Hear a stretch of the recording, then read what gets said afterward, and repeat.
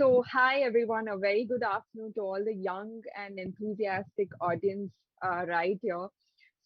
I am glad to introduce myself as the member of Next Generation Insight team of Project Management Institute based in India. So, namaste from India.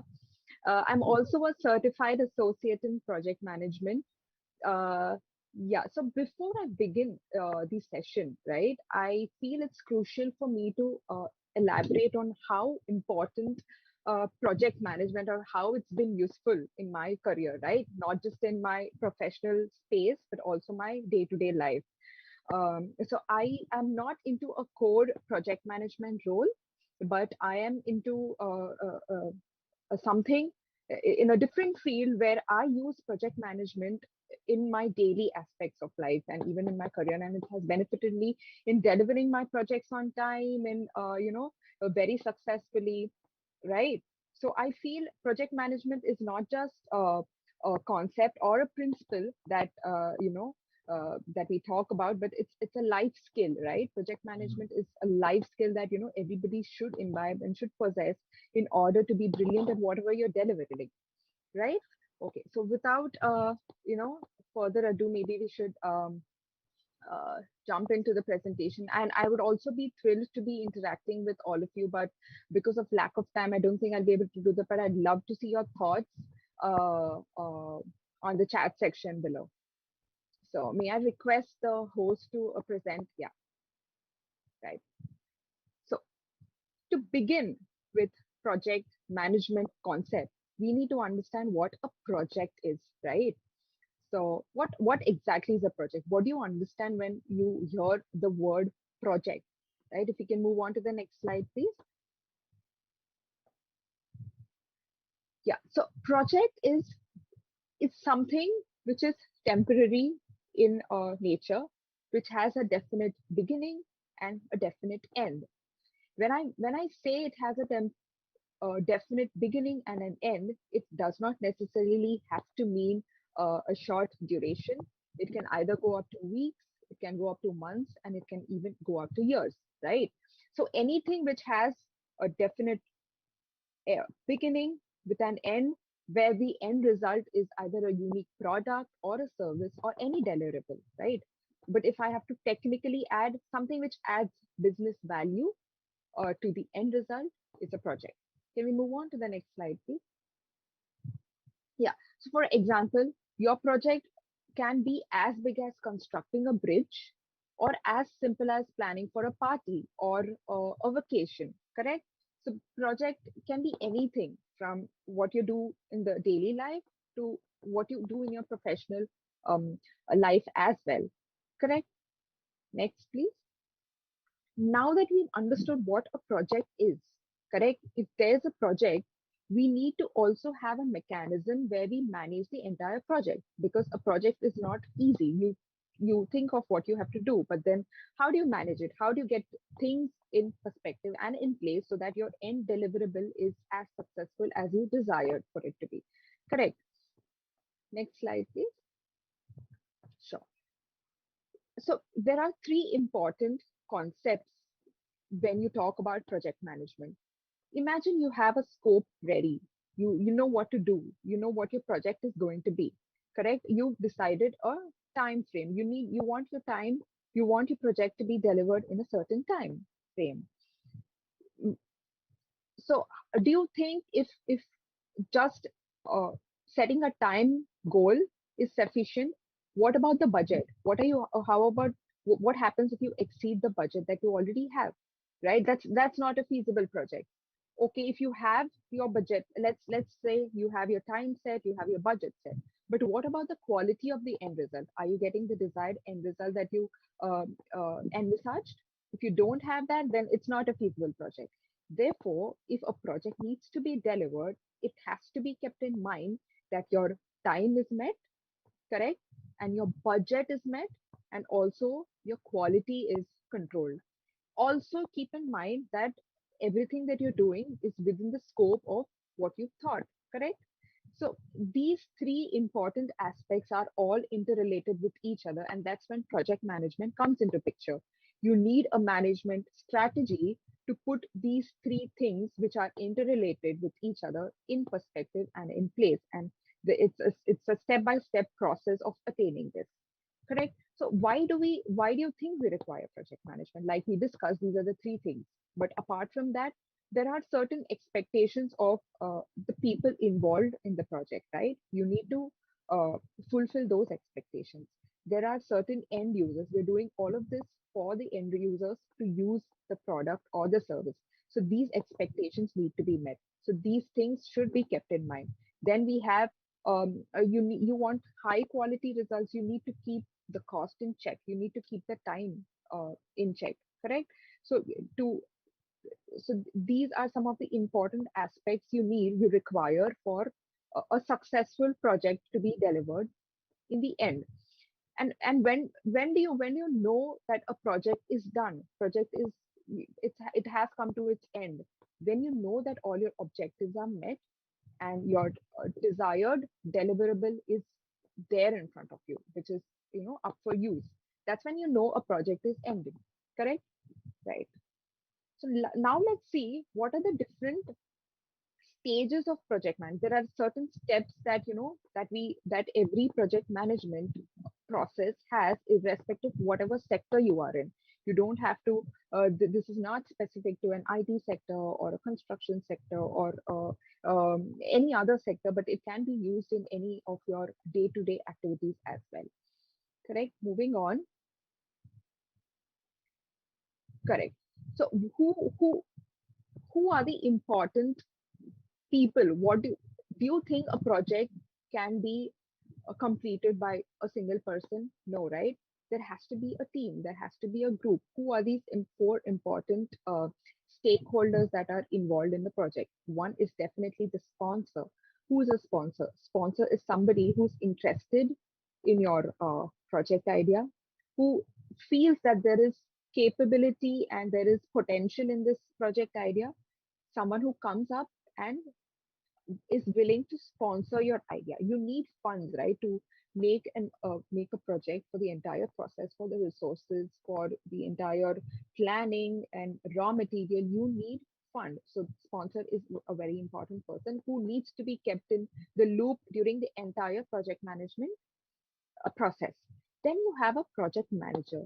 Project manager is somebody who has the desired skill sets. You need somebody who is able to apply knowledge, who is able to well versed with relevant tools and techniques, who has the skill, who is also a people's person, who's able to manage people around them, is able to identify which person is suitable for what activity.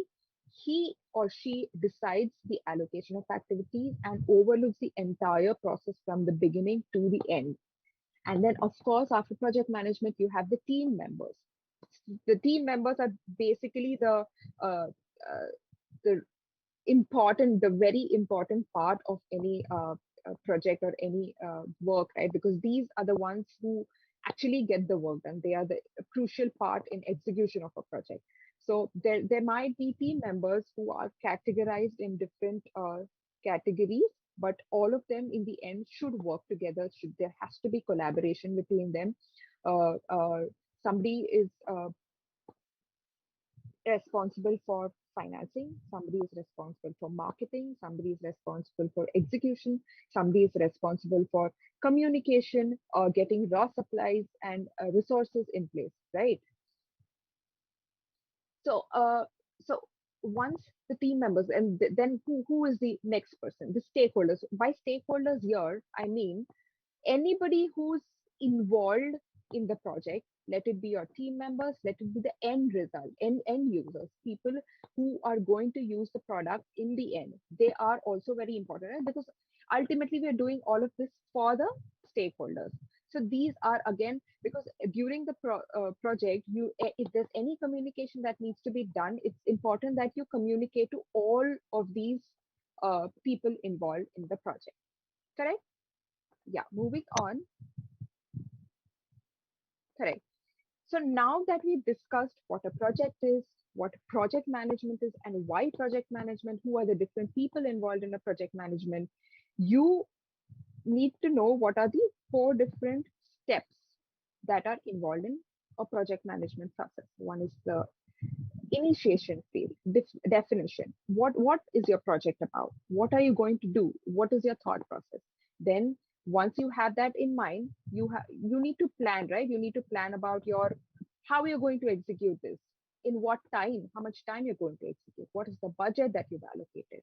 All of that, after you do all of that, and then it's time to get into action, you execute it.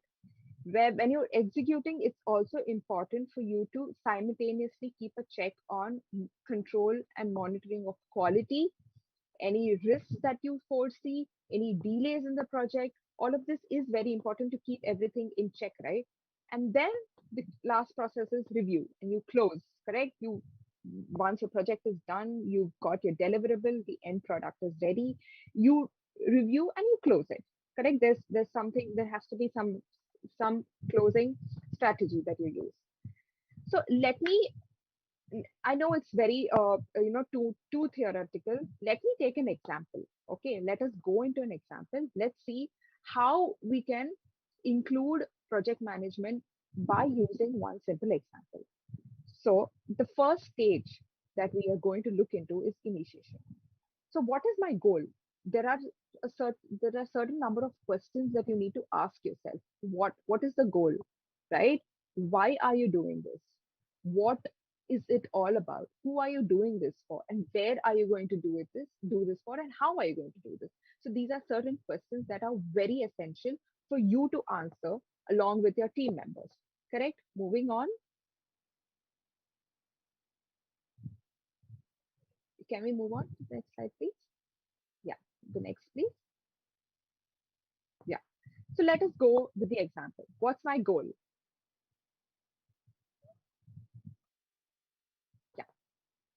So here I am thinking of my goal right now is to create an e-learning website. Okay, that's what I have in my mind. That's what I want to do. What is this e-learning website? What am I going to do in this? My scope. What does my scope include?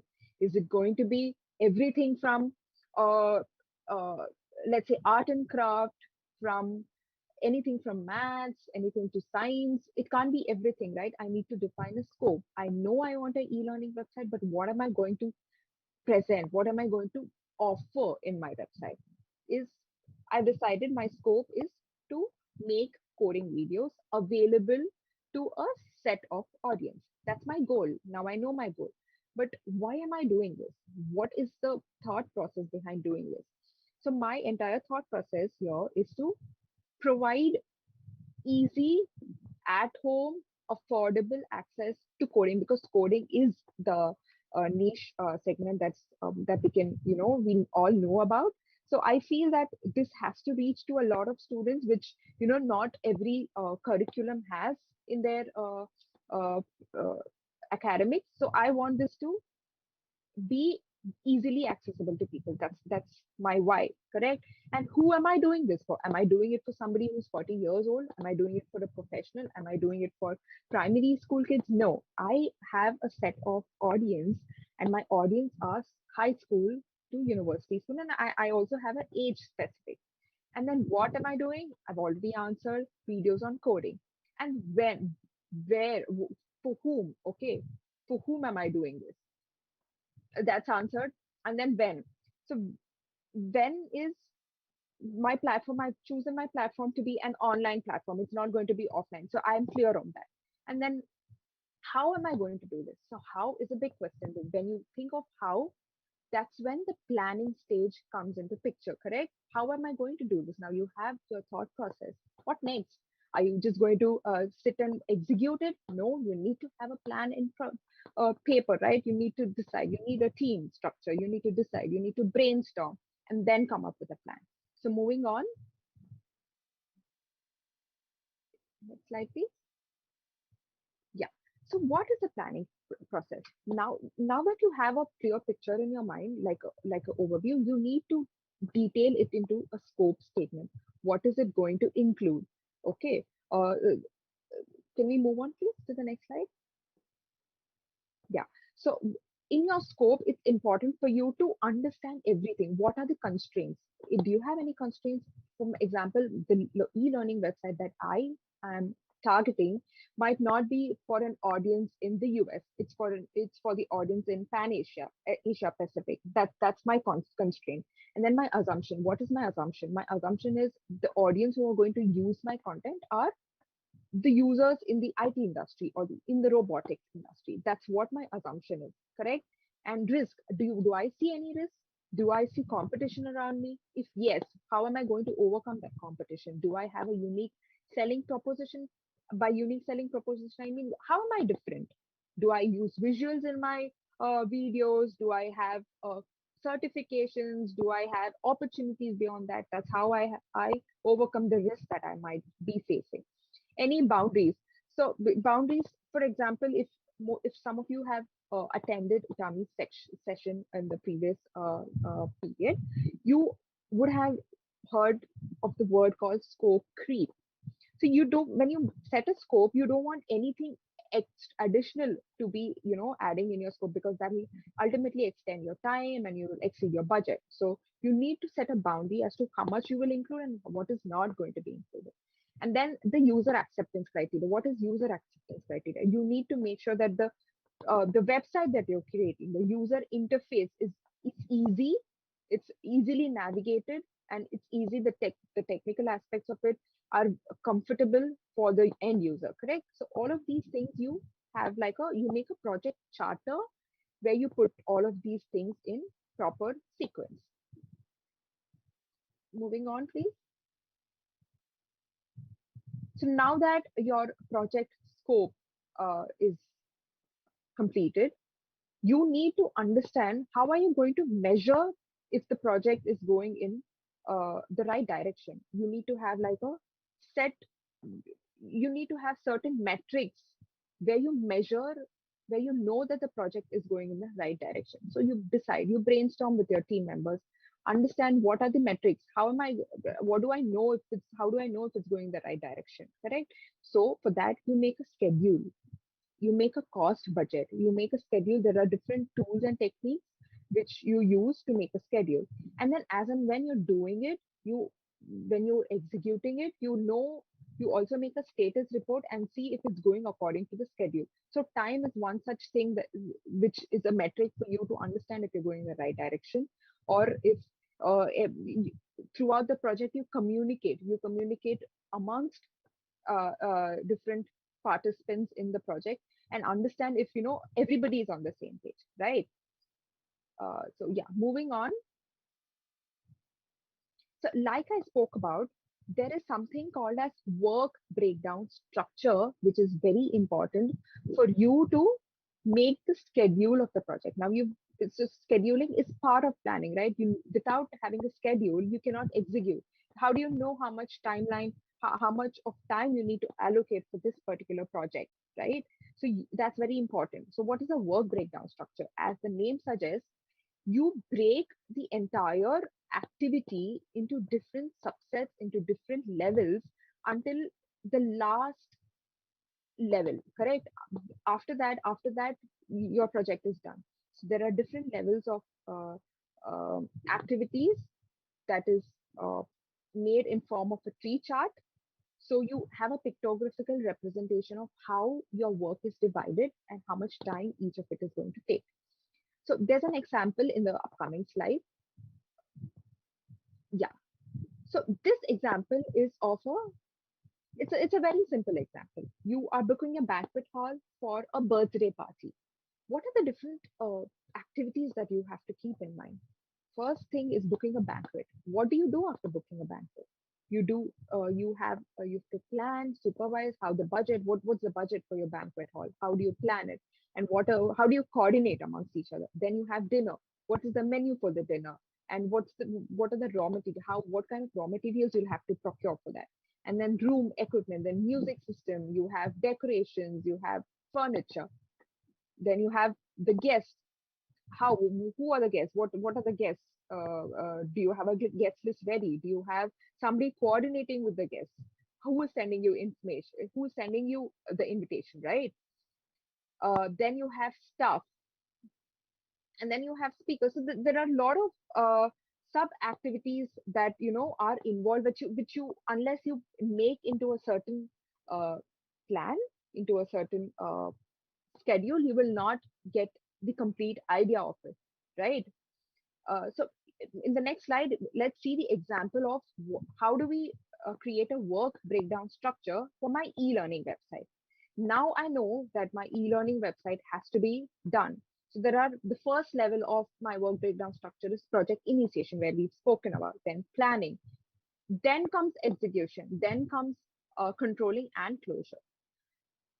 Correct. So when it comes to planning, what are the different things that I need to keep in mind for my planning? One is my content. I'll have to work on my content. Who is going to uh, coordinate with the content? What is involved in my content? My content for the website is, first thing, I need to find an expertise who is going to deliver content on coding, who is willing to do that. You identify resources, identify expertise in coding, and then you reach out to them, you record videos. That's one aspect of it. Then you need somebody who's a web designer, who's going to design your website.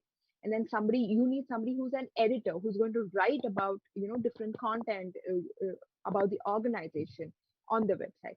And then you have uh, the FAQ section, the contact us section. So these are various work splits that are happening, that you make it into a schedule, and then you move about. Once this is done, you know how much time to allocate for what activity, and then the budget comes into picture. Correct? How much budget are you allocating? Right. Now that we have a plan in place, we have a plan, we have a scope, we have the assumptions, we have schedule, we have time. What do we do next? What is next? Next is execution, of course. So you execution, what happens in execution? The team comes together. Now you know what team is working taking care of what activity. Then you go ahead with the execution. When you're executing, it's important for you to know your time period, and it's also important for you to maintain your project status report, as in how far is the project come. Correct?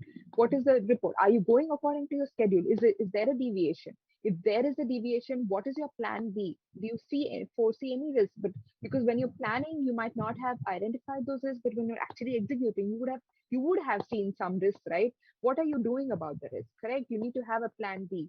And then that's where your monitoring and controlling comes into picture. You need to, at every step, make sure that the quality is in check, the time and budget is in check, right? So this is so I'm not elaborating too much on your execution and your monitoring control. So right. So but once all of this is done, now you have an end result, end product. How do you know that this is your end product? Because you have a deliverable that you've desired. You see your objectives have met. You set certain objectives in the beginning, and then all of that is met, and then your stakeholders, the end users, are happy with the product, right? So that's how then it leads to the last phase of your project management, that's closing. Moving on to the next slide. Correct. So we spoke about schedule, and then moving on. Okay. So one important aspect in your scheduling is your critical path method. So what is a critical path method? So this method gives you an idea of what is that critical activity which is going to take the longest in your schedule, right? So your main focus will be on keeping that activity in check all the time. So if that is in check, your entire project uh, is going in the right direction and in the right time frame, right? So this is a critical path method. In the upcoming slide, you will see a pictographical representation of how a critical path method looks like. Can we move on to the next slide, please? Yeah. So if you see in the graph, you understand that there are different tasks, correct? Your task A is taking up to 5 weeks. Your task B is taking up to 1.5 weeks, which is independent of task A. Whereas your task C takes only about 2.5 weeks, but it is dependent on your task A, right? Because there's a connection between task A and task C. So your task F, for example, the duration of the task is less, but then it's interdependent on the precedent task. So basically, task F is taking the most amount of time. So that clearly is your critical activity, and your entire focus is on, how to keep that critical activity in check. Correct? Yeah. So moving on. Yeah. So now we've spoken about, right, the scheduling part, the planning part, and then once you're executed, your deliverables are in check. Uh, the end result is how you desire. Now, closing process. So closing process is very important. There are some final work that needs to be done, right? What you close, whatever contracts that you have. So, for example, you would have hired a web designer. You need to close the contract with them. And then another important aspect is you sit with your team, introspect what has gone right, what is uh, uh, what has gone right, what has not gone right. What do you do? Do you pick up some learnings from this activity, right? For your next project, do you think this worked well? So you implement this strategy for your next project. If something's not worked well, decide on how you're going to improve that for your next activity, right? So these are some of the important interpretations that you have to make in your closing stage. And of course, you have to reward yourself by celebrating, because you've done all this, you've come so far, you've worked so hard, you got your end result, and then you celebrate, right? So celebration is an important closing activity that you should actually reward yourself and the entire team. So yeah, it's moving on. A quick summary of what we've done. We've seen what a project is, we've seen what project management is, and how important project management, and then why project management is important, right? In the upcoming slide, can we move on? Right? We've seen what are the different phases. So these phases might is a standard procedure for any kind of activity that you're taking on. There might be certain nuances depending on various sector, what activity you're doing, what project you're delivering. But the entire standard of procedure is uniform, irrespective of what you're doing. So if you make sure that you follow these steps, I am sure that you're going to be brilliant at whatever you do, whatever assignment or whatever project you're delivering. Correct? So moving on next. Yeah. So this is basically uh, summarizing and everything that we've learned together. Though this is just the basic foundation of project management, there's a lot to learn. There are a lot of concepts, but this is the main intention for this project is to introduce you to project management, trigger the interest of why project management is important and why you should pursue project management as a life skill, not just a certification. Correct? And how it's going to important for me. It has been very, very critical, project management, although I don't formally use it, but subconsciously we do use project management in every phase of our um, uh, you know uh, activity or a project in professional or in my personal aspect of life. Correct. So with this, I end my session, and I am glad that I could contribute to some project management enablement amongst the youth, and I am successful in getting some interest amongst y'all about project management. And there's a lot more to learn, guys, and I just wish all of you best of luck and good luck, and i'd be I'd be happy to answer any questions that you might have. Thank you so much, Kritika. That was so comprehensive and so enlightening. And I really like the first sentence that you pointed out when you started your presentation. Project management is not just a concept, but it is a life skill. Yeah, and I do agree about that. And it has definite beginning and also end. And I'd like to jump to the project management process groups that you beautifully define into five aspects or five processes. And this actually was also discussed by the first speaker. which are defined, or this is the initiating process where you answer the 5W and 1H questions. I thought it was for journalism, but turns out it is very, very important for the defining or initiating phase of project management. So you have to answer when, where, what, why, and also who and how about the project itself. And number two is about plan and planning. And number three, do or executing. Number four is monitoring and controlling. And I believe this can be done once you start the project. So the first speaker also told us that once you do the project, when it is started, then the monitoring and also controlling process starts there. So when there's a small obstacle, you can just fix it, not waiting until it becomes bigger and bigger, right? Right. And the end is review. This is the end of the project where we got some lesson learned for the next project, or we can evaluate our existing project. And we do create a report and also celebrate of our hard work and also our success. And you also mentioned that communication is one of the biggest hindrances for the success of a project management. And this was also pointed out by the first speaker as well, that one of the biggest hindrance of the success of project management is communication. So that's Right. why it will lead to my question later on, but I have to give you the questions first from the participants. So there's a question from Kirk Kenny. Sometimes realities on the ground change as a project moves forward. Should project management goals or processes be fixed or should it be flexible? I would definitely say it should be flexible because at the planning stage, you might not envisage something like that, right? There are so many activities and casualties that you might not anticipate in the beginning. So you should definitely have flexibility in your plan, in your execution, but also keeping in mind that, you don't exceed your budget or you don't exceed your timeline. You should always have a leverage of how much. So if you have this time set, you should have a bit of leverage of how much can you delay.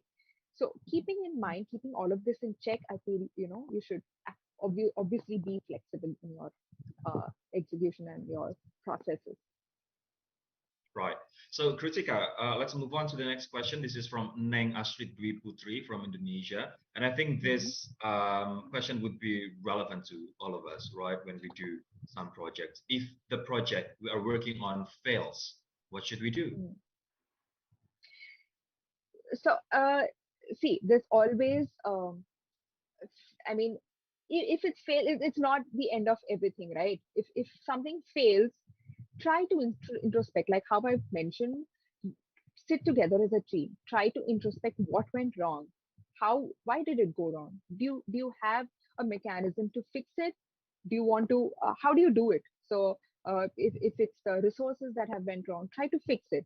If something else has gone wrong, but if there's no mechanism to fix it, there's always lessons learned, right? You carry this on to your next project or next assignment, and you'll do better the next time, now that you know where you went wrong. Right. So yeah. Okay. So, as you said that, communication is one of the main obstacles. And when we do a project or when we manage a project, we will be dealing with a lot of people with different point of view, different background, and different perspective on many things. What is the most effective way to unite, our missions together, to put everybody on the same level, on the same page, so that despite all these differences, the project can be completed really good, very well, with great collaboration among all members. Right. So like rightly, like I mentioned that though there are different teams and they're working in their own pace, it's very important to have periodic meetings. You schedule a meeting either in person or online, and then you understand, you see where that particular team is, what challenges each of the team is facing. You brainstorm, you get together, discuss as to what is going wrong, what's not going wrong. Is See, the activity of one team might be dependent on the activity of the other team, right? So it's very important for you to collaborate in that way, constantly be in touch, constantly communicate. It's not just internal communication that I'm talking about. It's not just your team members communication that I'm talking about. You also need to communicate it to the other stakeholders. For by that I mean the end users, uh, your project manager. So that's where project manager's role comes into picture, right? He or she overlooks the entire process by collaborating every team together as and when required, and to make sure that everybody is on the same page. So Mm. he or she is the one who gets together the team whenever required. All right. We've got another question from Brian. This is Brian from Guam. In project management, is it good to take risk for growth in your business, or is it better to stay safer within the boundaries of your resources or finances or employees? So that's a very subjective question, if you may ask me. So, how are you willing to? If I were me, I would definitely take risks, but not at the cost of uh, exhausting my funds or exhausting my time. So it's your call. See, if you feel that you need to take this risk because you don't know if this is actually, you believe in your concept but you don't know if it's actually going to work unless you do it, then you should go ahead and do it. But uh, a safe way to be, is to always have your budget and your time in check. That's Mm. the best way to go. Yeah. And maybe if you take risk, make sure that that's a measured risk, right? That Correct. risk that you can control if Right. something bad happens. Okay, I've got another question. What are the crucial factors or personalities that we should have to make sure that our project goes smoothly and satisfactorily? Yeah. Okay. Skill set. By skill set, if I have to talk about soft skills, you definitely need to be comfortable with working in a team, because this is not just an individual activity. You need to collaborate. Collaboration is one such thing. Plus, you need to be very proactive. Very you have to initiate. You have to take responsibility as a team. Take, if there's something something's going wrong, be willing to take the blame. Or if somebody else needs help, you pitch in and help. So that's the kind of soft skills that you would definitely require. In terms of technical, it's very specific to what you're working on, what is the uh, uh, sector or what kind of project you're working on. But definitely soft skills: communication, collaboration, teamwork, and yeah, taking responsibilities. So, what are the prerequisites to be a project manager? I believe that at a young age, sometimes we have high Right. ego. Sometimes we want Right. to prove something to people, right? What are the prerequisites or requirements to Yeah. be a good project leader? Okay, so prerequisites, like I said, there are, if you actually have to go into certifications, there are a lot. Like, for example, I am a certified associate in project management. Then you have the PMP, project management professional, that you get that once you have like 3 years of experience. All of this is, you get these certifications. These certifications are provided by the Project Management Institute. So these are some certifications which actually give you a badge that you're ready to be a project manager. Uh, but I feel, project management, uh, you will have to inculcate those skills um, uh, without any certifications. It's you basically need to have like good leadership skills, and then people management skills, uh, which have to learn. You'll have to learn that on your own by different experiences. Correct. But if you're looking for certification, I would definitely suggest you at a young level. If you're just starting your profession, you should definitely take CAPM, because that's how I thoroughly enjoyed the entire process of preparing for CAPM, right? Because it's very relatable to what I do in daily life. So that's something you should actually pursue. That's certification for one thing, but what about soft skills to be a leader, to be a good leader in project management? Yeah. So soft skills, like I mentioned, you need to be a leader from within. You need to have a vision. You need to Mm. be able to bring people together, collaborate, and be willing to work in a team. you should be able to communicate in the right manner, correct? So these are some of the, soft skills that I can think of for a good project manager. Thank you, Kritika. And hopefully, what Kritika has shared to us will be beneficial and useful for you guys to do your own respective project management or finishing up your project. So, Kritika, thank you very much for the time and for your inspiration. And if you could share to us your closing statement to empower, to make us more spirited up in completing our project, what would that be? If I have to have a closing statement, I would say, like I already mentioned in my beginning, the beginning sentence, project management is a skill, right? It is not a concept. It's a skill that you will definitely. Uh, so, like, yeah, somebody asked me what is the skill that you need to be a project manager, and I would definitely say project management concept is a skill that you need to imbibe, irrespective of any sector, anywhere, anything you do. You don't even have to work, or you don't even have to be a professional. It's just a way of life, that you have to imbibe. So if you have that clear, then, you're going to thoroughly enjoy the process of the entire project management. All And right. I really wish everybody out here who are very enthusiastic here, and the young audience, to actually to good luck with everything. Get up, and uh, any career advice, you can always reach out to me on my LinkedIn or whatever. Yes, thank you once again, Kritika. Remember, project management is not a concept, it is a life skill. So thank you so much Correct. once again for the great presentation, and thank you for the shout out from Kirk Kenny from JA Asia Pacific. So that was Miss Kritika. Let's give her a round of applause. Ladies and gentlemen, in the comment section, or just give the emoticon on your gadget.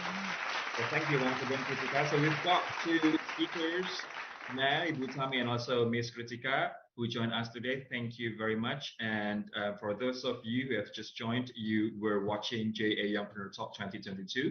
We have got two speakers speaking to us about project management that is so enlightening and useful for our project going forward. So I would like to thank PMIEF as well for its massive support and all parties engaged in making this talk show happen. And thank you for all participants for joining us today and expressing your enthusiasm from wherever you are. And we will meet you again tomorrow for the most awaited agenda, which is 2022 JA Asia Pacific Company of the Year competition awarding ceremony. I'm so excited about that. We've got 16 participants from 10 different countries. And which company will take the first place and receive the greatest honor at this year's biggest event? That's the big question, right? We will see tomorrow. But for now, I'm Rory Asari signing out. Thank you for joining us, and I will see you tomorrow. Bye bye, guys. Stay safe.